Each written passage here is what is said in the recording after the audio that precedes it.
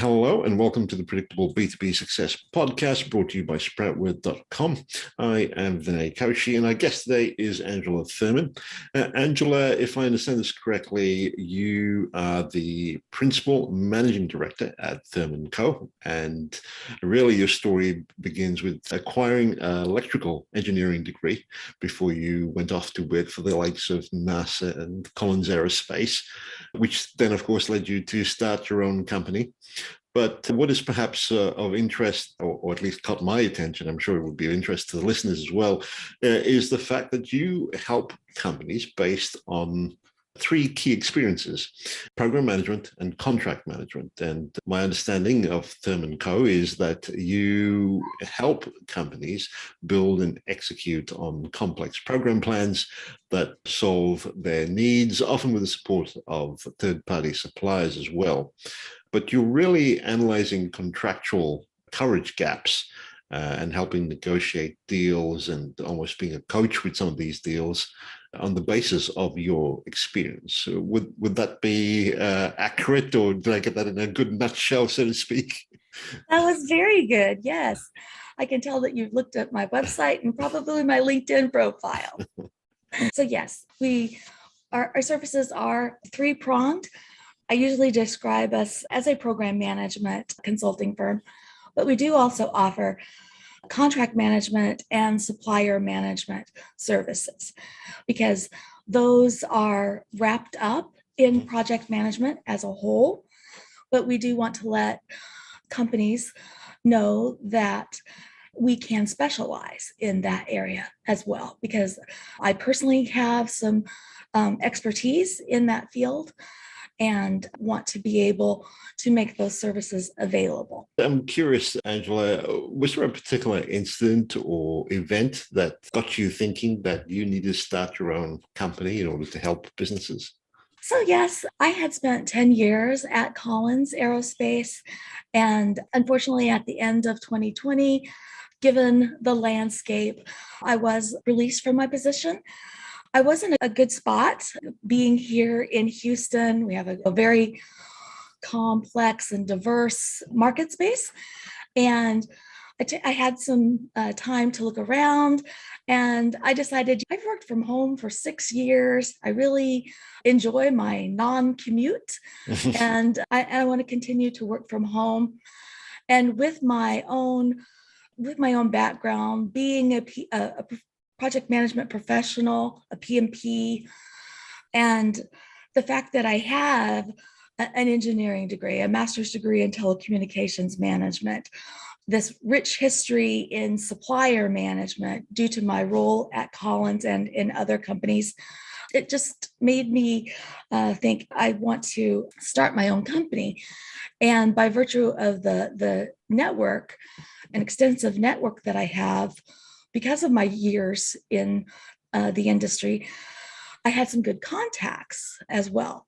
And so that definitely helped start me on that path. You've gained quite a valuable set of experiences and skills along the way. But what would you say is your personal area of strength? My devotion to the practice of project management, I would say, because early in my career, I had the distinction, the opportunity of being trained in project management by Dr. Harold Kersner while I was at NASA, because he taught at a local university, and NASA actually brought him in to conduct project management training. I feel like I had a unique opportunity to get that training from the horse's mouth, if you will. And so I feel like throughout my 30-year career, I've been doing project management regardless of what my title was. And I feel like I was taught how to do the real rigor of project management from the very beginning. I didn't develop bad habits. And I was taught, this is the reason why you have to do this and that from the beginning. And now I'm in a position where I can help pass some of those lessons learned on to others and mentor others. And I really enjoy that part of my my position now. In that area of strength, what would you say is something that businesses don't know but should? Risk management. I think risk Right. management is probably a big gap. And I think everyone maybe gives lip service to it, Right. but they don't have well-structured and documented processes around risk management.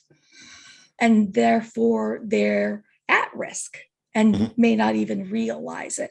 And they certainly don't have good mitigation processes in place. If I'm hearing you correctly, and if I understand this correctly, companies go into projects because of the outcome that they so wish to Yes. achieve. But while they may be diving headlong down that journey, there are, of course, risks that are associated with it. You're suggesting that it's almost, you as a project manager, you need to weigh up the pros and the cons and make sure that the cons are significantly reduced by actually making plans for it. Yes. So I used to work at a company where we had something that we called the boiled frog report. Are you aware of that analogy? No, I'm not. So if you put a frog in a pot of water, he's happy and content to just stay there. And if you slowly turn up the temperature, he's still happy and content to stay in that pot. And eventually, you can turn the temperature up so high that you can boil the frog to death. And he's unaware of his circumstances. Right. He's unaware of the environment and the risk that he is in, that he's facing. He's going to boil to death and he's unaware. So we had a log of those long-term risks that right now it's not that much of a risk, but if we don't do anything about it, it can become a catastrophe. Okay. So that was our boiled frog report.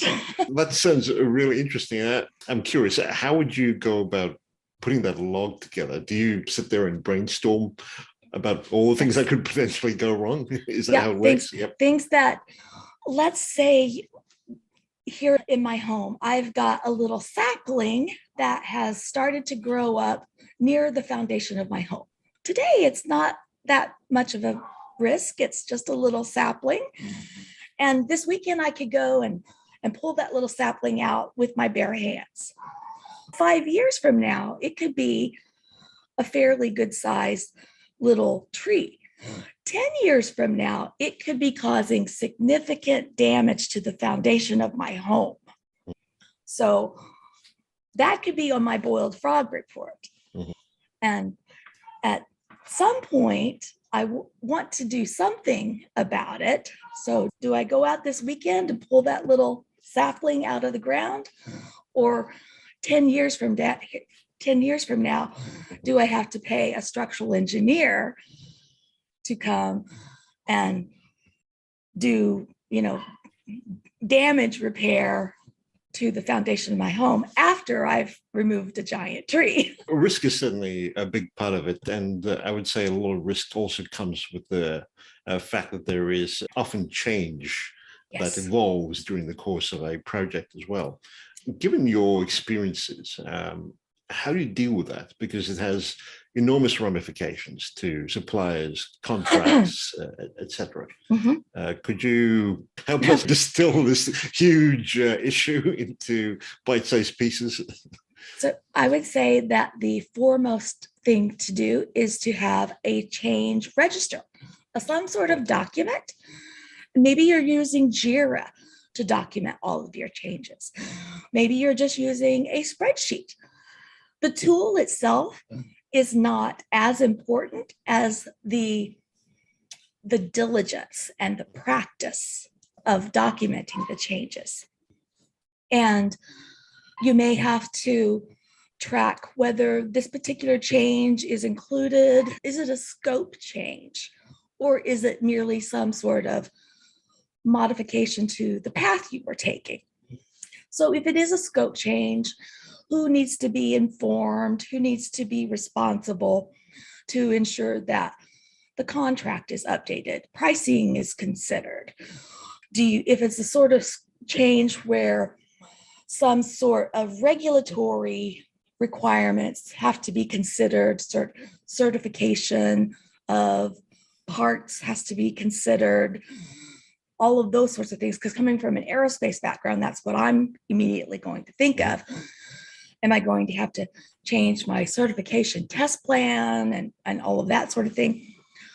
You have to think about, what does this little change, how does that ripple down? Mm-hmm. So documenting all of those changes and considering who else is going to be impacted by that change. So working with your team, your project team, to make sure that everything is covered.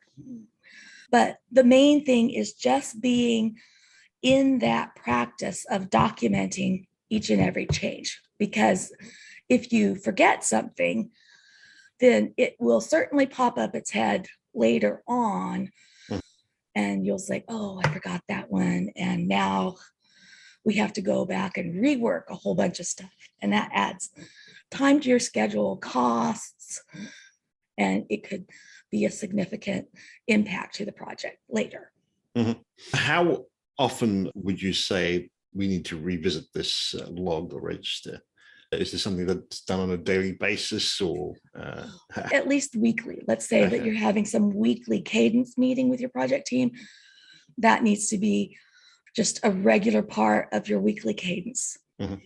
And from what I'm hearing, obviously, it's not just the dedication of putting things down, but also being able to communicate with all concerned parties. Yeah.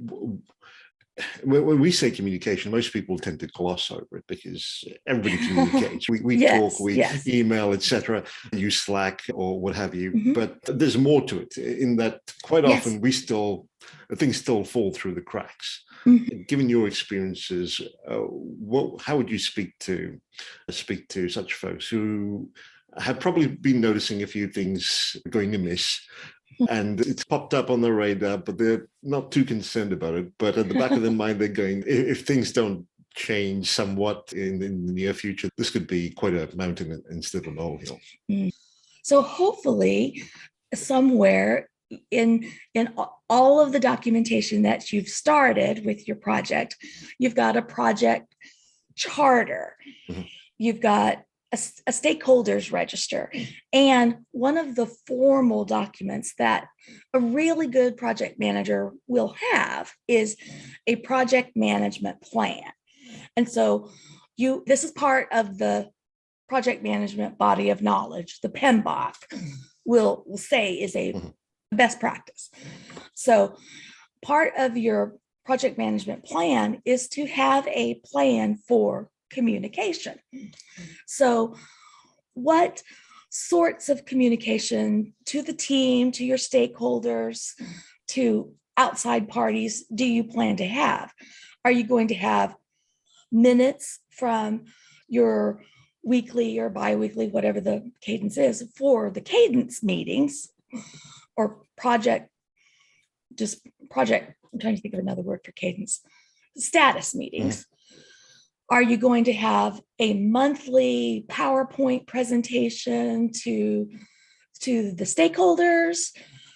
Where are your various registers? So your risk register, your change log or register, your action item register, where are those going to reside?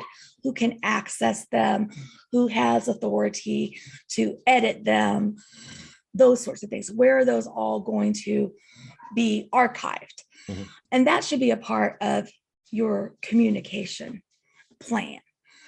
And then you would also include the sort of daily ad hoc communications like Slack or email and those sorts of things that just pop up during the day.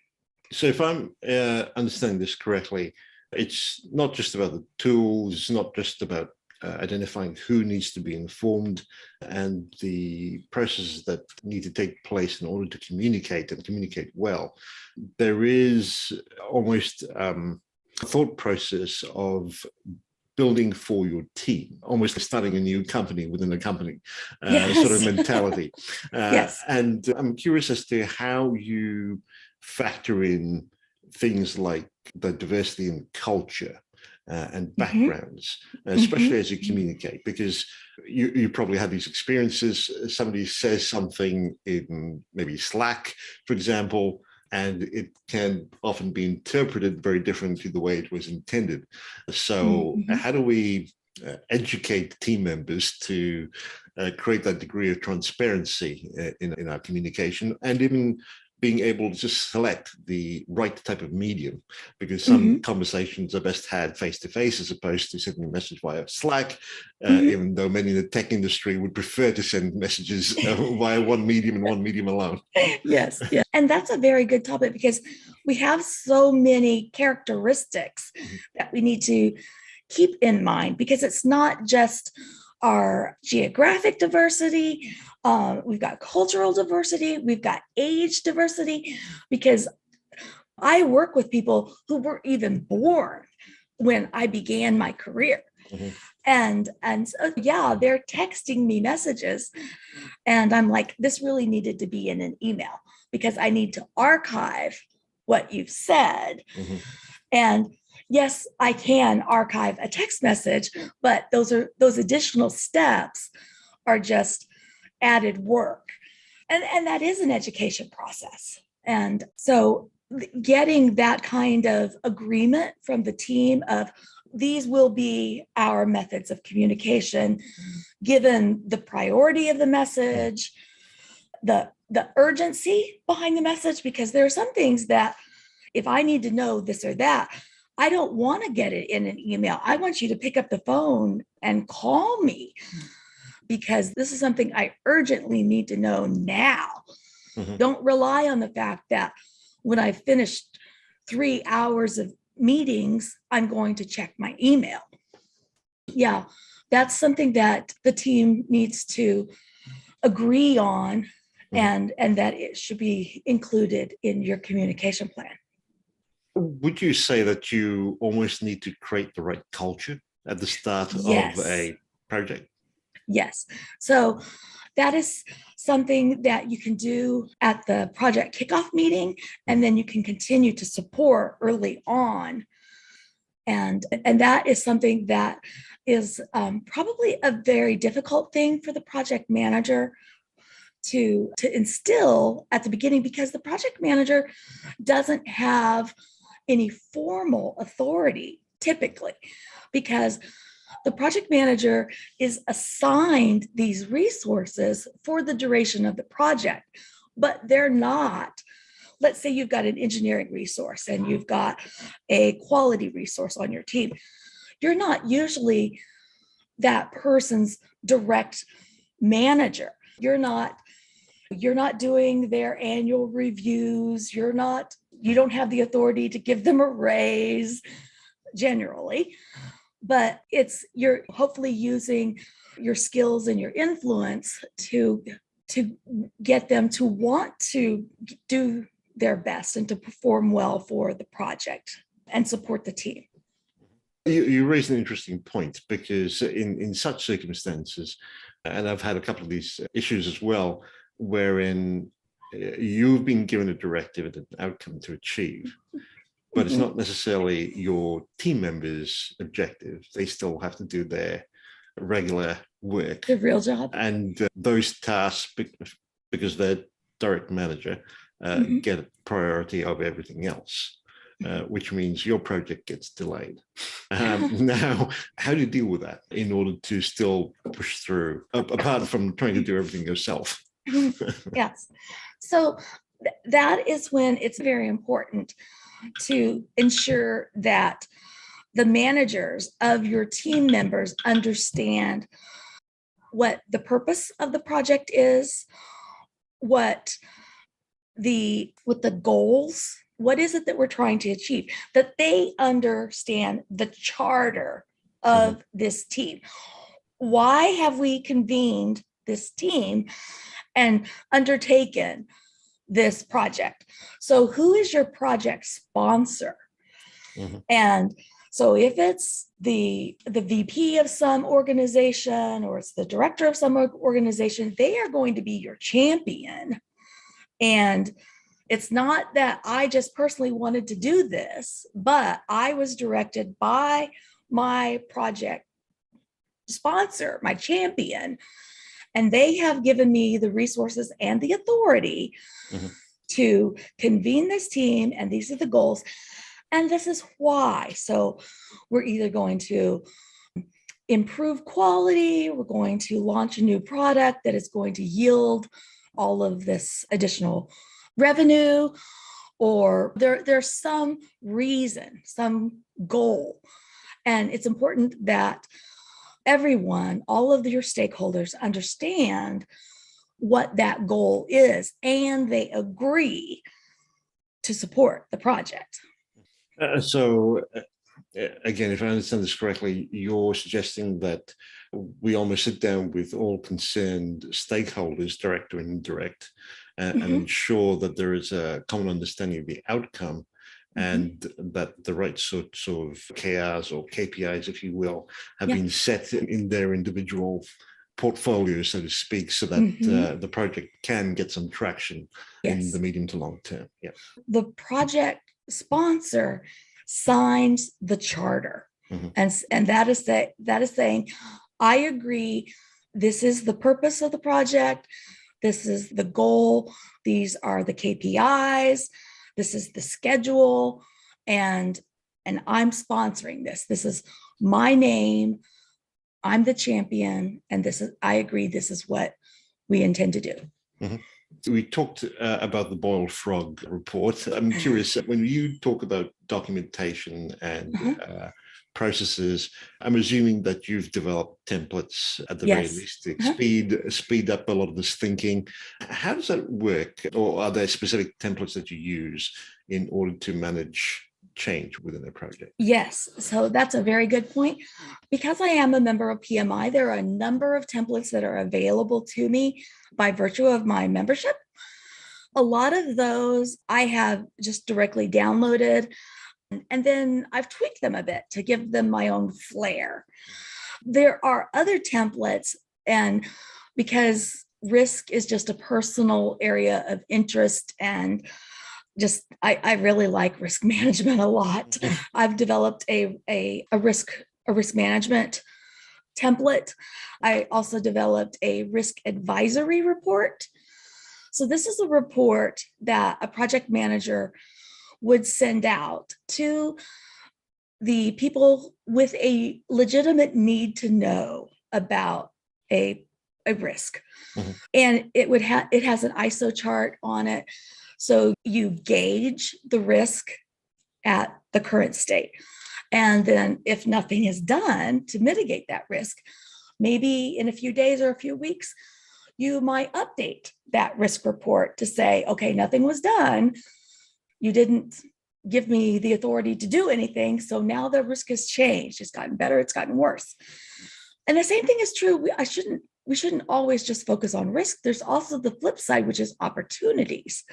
So in our projects, we also have the possibility of capturing opportunity. It could be that if we assign more resources to this project for this period or for this task, we could bring the schedule in, and that would yield these results. So by virtue of spending a little more money, assigning a few more people, we could beat our competitor to market, and then this would happen. And that's an opportunity. And so we actually do talk about risks and opportunities. And so, I have a template for that as well: risk advisory and risk and opportunity management. You're almost advising on risk on a continual basis, as you do with opportunity. With this, how do you factor in things like, for example, the recent supply chain issues we're facing, which seems to have a little light at the end of the tunnel? Is that something you just got to factor in, and it means blowing out your timelines, or is there something else that we could do in such circumstances? Because I come from supply chain, for me, what's happening now is not recent. And there are things that you can do to monitor your supply chain risk.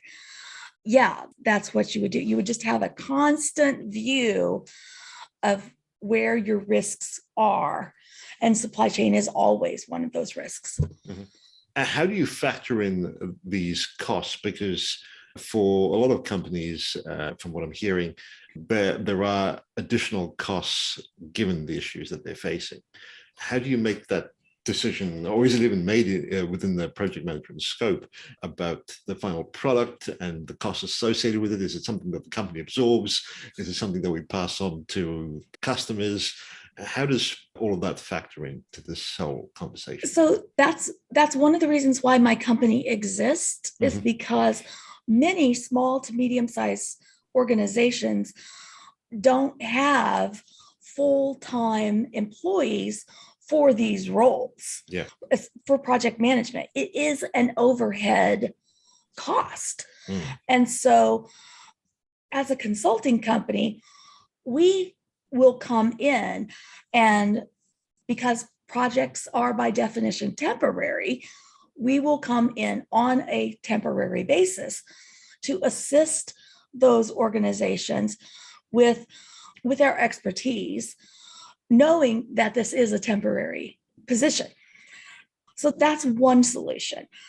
Another solution is that many organizations have what is called a project management office, staffed with project managers that will work for different divisions of the organization at different times.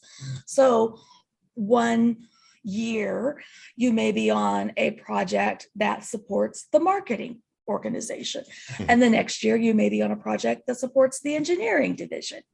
So because project management is industry agnostic, there is that flexibility to move around. And that is very helpful. In very large organizations, there are project managers within a business unit. So it could be within the engineering division, they'll have an organization of project managers dedicated to engineering, or project managers dedicated to facilities management. But that's typical of rather large organizations, like 10,000 employees or more. Just going back to the question, it's really on a case-by-case basis that you determine the implication of costs, for example, on a project. Yeah. So the costs, let's say we're speaking about the supply chain sort of costs. So the project management it's an overhead cost, but the project manager is going to be looking to all of those costs being rolled into the budget for that project. And yes, let's say you find out that the costs of shipping a project or shipping a product from Brazil to New York City has gone up 25% in the last 3 years. And I'm just making those numbers up. Then yes, your organization has to begin to factor that into the ultimate sales price, not only for the production, but the ultimate sales price of your product. And so the project manager has to be able to gather current information and roll that in to their pricing model. I'm also curious, are there any other things that we should be aware of, both from a communication point of view as well as a project success point of view, that we need to keep on our radar in order to ensure a good outcome in the long run? I think one thing that we haven't talked about yet is capturing lessons learned. So throughout the course of the project, another register, if you will, or an archive, is to capture all of the lessons learned. Now, this isn't just a mistake, but either you recognized a way to do something better, or you recognize that the old way we've always done it didn't work, and so we've made a process improvement, or one of your team members just had a eureka moment, and you need to capture that. And however it is that you communicate that within your organization so that you're not constantly reinventing the wheel is very helpful. Not very many organizations have been able to capitalize on that. And if your team can capitalize on lessons learned, you'll really put yourself head and shoulders above the rest. I can. That sounds like a valuable point. I can see the value in that. What about the idea of creating checks and balances? Because it's one thing for perhaps a person or a few individuals to initiate one part of the project. How do we make sure that it's being done correctly? And I'm just thinking of an analogy that happened a while ago, wherein a bridge was asked to be constructed across the river. Construction began on both ends. Obviously, I planned this out. But as they came towards the middle, they found there was a 3-foot gap between the two sides. Obviously, someone didn't check to see whether the starting point on one end was done the right way, which created chaos in the long run. How do we prevent those sorts of scenarios? Oh, that's a good one. That particular one, I think just engineering drawing peer reviews would be very important, and making sure that peer review is always really important to make sure you haven't missed anything. And that's a form of checks and balances within an engineering perspective. Another thing is being an engineer myself, I can spoof on them a little bit, but we always have that tendency for marketing to want to let's just get it to market. Let's just get it to market as fast as possible. And then engineering will be, let's make it as the best possible. Let's make everything just the best possible. So we call that gold plating. The engineers want everything to be just gold plated. And somewhere there has to be that happy medium where it's the best quality we can make it and still get it to market. It's usually up to the project manager to try and find where that happy medium lies. And a lot of times the quality team is definitely going to be involved in helping establish what some of those checks and balances are going to be.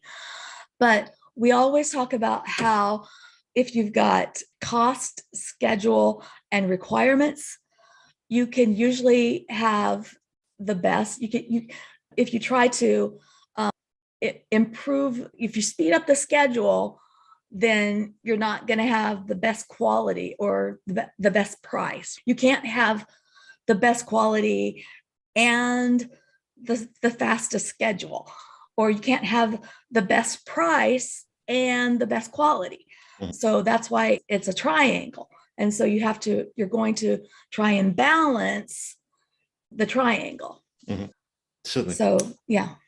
I'm also curious, as I'm aware of a project, and I won't name the organization behind it, where a rollout for a particular cloud-based program, customized, of course, to their particular needs, has been delayed by close to 2 years. And the current leaders of this particular project seem to believe that to get it out the door as quickly as possible, the best solution would be to throw bodies at the problem. And it may make a lot of sense. The more engineers and developers you can put on a seat and get them to work, probably you'll get a solution. But in my mind, there's something very wrong about doing that. It might solve some issues. It might look good on paper, but not necessarily lead to an outcome. How do you balance that, the pressures of we need results versus ensuring the successful rollout of something that's usable, and most of all, creating that remark-worthy experience that the users and people that the product is intended for really need and want? When I look at a project schedule and and I'm looking at all the dependencies and all of the items that help build the critical path for the schedule, frequently it's not going to be affected by simply adding more resources, more hours, more bodies to the schedule, because those dependencies are still in place. And unless I can resolve the conflict in the schedule, just throwing more bodies isn't going to help. Yeah. I have to be able to solve the conflict in the schedule. So is it that there's a problem with the way a microchip is programmed and I don't know how to fix that? Is it some sort of production issue, maybe with building that microchip? Am I not getting the utility that I need? Throwing more programmers on the software is not going to solve my problem. You have to look at what are the real root causes and try and solve those problems. Asking people to work longer hours and assigning more people isn't always the solution, and it's certainly not always the best solution. Sometimes you actually do need more people, but you run into the problem of, at this point in the project, say we're halfway down the project, finding people that have the right skills that are available to come on board the project, and then training them up to the level that they need to be to contribute to the project. By the time we do all that, we're 3 or 4 more months down the road. And then there's not enough time left in the schedule to actually recover. You really have to think about whether or not just adding more people to the project is going to be of any benefit. Would the scenarios that we've just talked about, would they have been dealt with appropriately had we started with a document or a register, as you put it, from the project get-go? It's possible. Yeah, it's possible. Because if you had put on your risk register that the possibility of X, Y, and Z happening, and maybe even the probability of that risk occurring might be fairly low, but you at least had it on your register that it was a risk, it was identified and might be monitored, because you would have identified, let's identify a mitigation step just in case we do encounter that. You would have at least been thinking about it.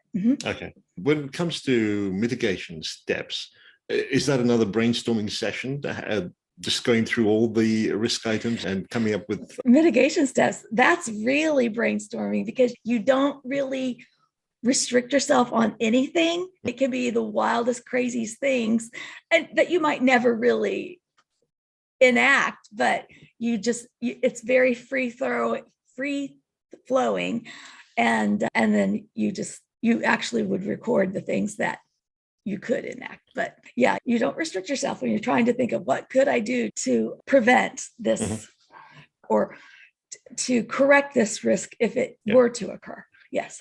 At the start of our conversation, you referred to the fact that you had learned project management from pretty much the horse's mouth, and that it helped you not make mistakes that you would have otherwise perhaps have picked up along the way. Would you say that for most organizations, a safe bet would be to hire someone with a PMI certification? I would recommend it, because that way, that number one, they have a certain amount of training. And number two, they have a certain amount of documented project management experience, because you have to have both of those to even sit for the exam. I'm assuming, though, that mistakes can still be picked up simply because of who you've got or your bosses, etc. Is there a way to mitigate the risks of project managers speak? Sure. Hopefully, if in my experience, there are lots and lots of people who have the title of project manager and yet do not understand what project management is, because we're very quick to apply that title if someone has this or that type of job responsibility. But a project manager should have a certain set of core skills. You should be able to understand and build requirements. You should be able to understand and build a schedule. And you should understand how the budget and the schedule are linked. You should be able to identify the critical path in your schedule, so that these are the things that absolutely impact the completion of this project. Other things are on the periphery, but these things directly impact the completion of this project. And so that's why working with someone who has a PMI certification will help assure you that the person you're dealing with has that core skill set. Hopefully, if someone is really interested in project management as a career choice, they're a member of PMI, they're active in their local chapter, they're continuing to keep because a PMI member has to complete a certain amount or PMP rather, PMP has to continually keep their skills updated. And you would want to deal with someone who is doing that, taking additional training, giving back to their community through their skills, mentoring others. I would hope. In talking about communication, we've talked about how you would communicate to your team and set the right culture and mindset. But communication also involves more than that. And I'm thinking of the rest of the organization, who may not have, which I say, a window seat into all that's going on within the project itself, and may not necessarily be interested in such things. As a project manager, you've, however, got to keep that visibility and awareness going within the organization. I was going to suggest that you're almost required to build a narrative of your journey and perhaps of the overall success of the project. What does that entail? And what does that look like? So I've been in the position where once a month you get one slide that goes to the top management or the board of directors, or depending on the organization's size, you maybe have one slide that goes to your CEO's monthly update from your division, something like that. And in that case, it has to be very succinct. It's probably going to be very visual because a picture says more than 1,000 words. So you're probably going to use some sort of graphic. And it has to convey the current status, but you don't want to misrepresent any kind of risks, or you don't want to be overly optimistic. So if the project is going along fine, that's great. But if there's a problem, you don't want to cover it up.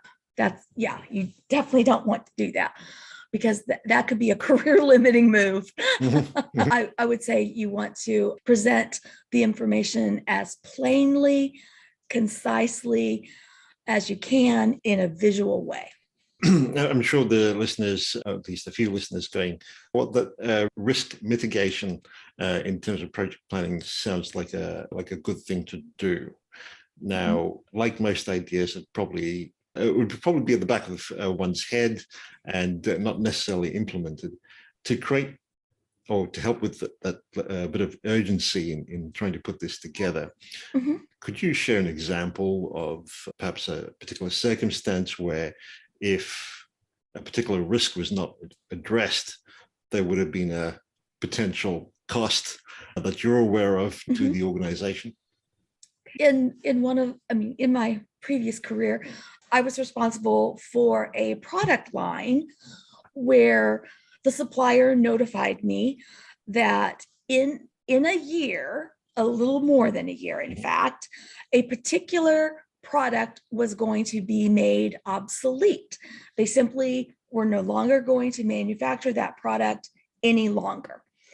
And I not only had a customer who was currently purchasing that product, but another customer who was in the process of certifying their aircraft to include that product.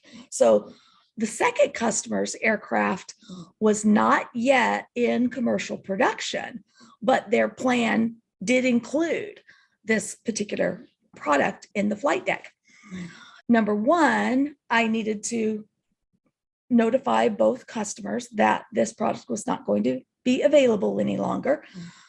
Number two, get an alternative product, which the supplier did provide a drop-in replacement, which was wonderful, that they suggested would be suitable, and then work with both customers to transition to the replacement product. So the risks that we were facing were that these customers, one was in Japan, one was in China, and if their authorization, like we have the FAA, they both have authorities that approve the airworthiness of their products.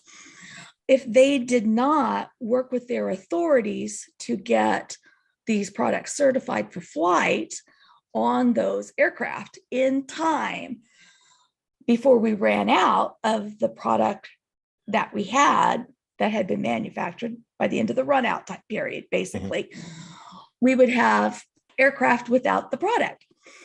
And that would be a bad thing. Or in the case of the second customer, they would not be able to certify their aircraft in time to meet their launch date. So that was the risk. And I worked very carefully with the team, with the team that marketing, basically, that spoke directly to the customer, with the vendor. And for a year, we did everything from buying additional products before manufacturing shut down. We monitored it very carefully. We had to do a lot of additional testing. We had to do all of the publication updates. We even had to buy, different support type products.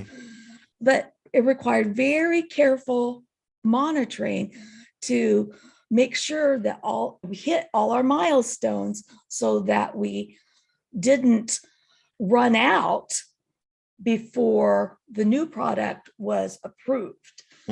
And so that was a very heavy risk, a very big risk we were facing with a lot of ramifications. And because so many entities were involved, that made it even more complex. But ultimately, we had great success, but it was because of the very careful monitoring with bi-weekly meetings involving all the parties. But it could have just blown up in our face if no one had paid attention to this one email that came through, or had not paid attention to all the little details that were required. I'm assuming that at least in one of those clients' cases, it could have potentially cost tens of millions of dollars. Oh, yes. If you can't sell an airplane because it's missing, there's a hole in the cockpit. That's millions of dollars. I guess my next question is, does it help to associate a figure with each risk of the potential cost? Yes. That definitely helps. So, because that helps people to, whether they do it consciously or subconsciously, it helps them to understand the urgency of this. Okay. I know this is a huge topic and we could spend hours talking about it, but we have covered some ground. But Angela, would you say that there is perhaps an aspect or more that often doesn't quite stay on people's radar, but should? If so, what would they be? Again, I think I will go to supply chain and supply chain risk. And I think that too often, I think that that's certainly more on people's minds now than it was, say, 3 years ago. But I think that we tend to want to believe we can just place our orders and things will come. And we don't often realize how changes at our suppliers can affect our products. And in highly regulated industries like aerospace, automotive, pharma, that can be very important. Anything where you have to be able to have traceability of the parts or products, lot sizes or lot content, serial numbers, having that supplier or vendor traceability is really important, and having their participation and having knowledge of changes at your suppliers is critical. And if you're not asking the right questions, you certainly aren't getting any answers, because they're not going to volunteer this information. Terrific. Angela, to wrap things up, if you were listening to this episode, what would be your top takeaway? If I were listening to this episode, I would say risk and more risk and communicate. And Angela, if listeners are curious and wanted to find out more and connect with you, where would you recommend they head to? Either LinkedIn or my website, which is www.thurmanco.com. Excellent. And we'll put a link for that in the show notes. Angela, this has been very insightful. Thank you so much for doing this.